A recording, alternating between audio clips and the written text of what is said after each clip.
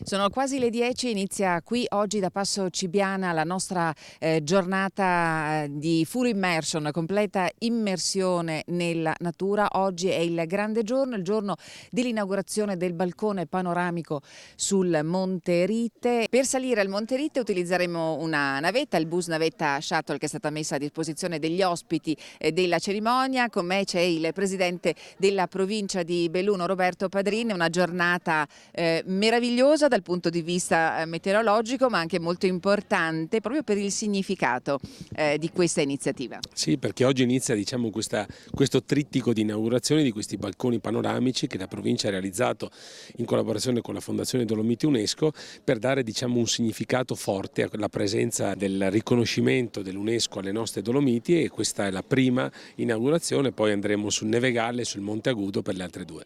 Allora saliamo insieme e vi portiamo con noi al Monte Rite. Andiamo.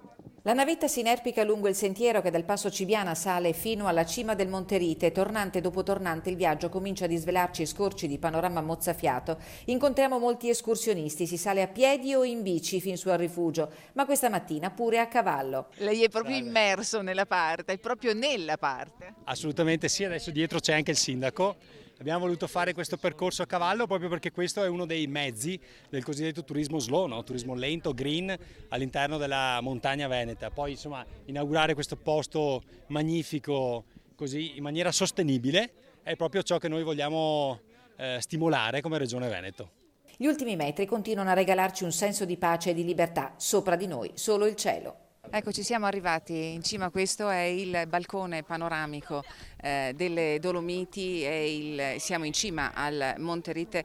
Credo non ci siano parole capaci di descrivere non solo l'emozione ma anche la bellezza di questo paesaggio unico al mondo. Qui siamo affacciati sulle Dolomiti, patrimonio dell'umanità.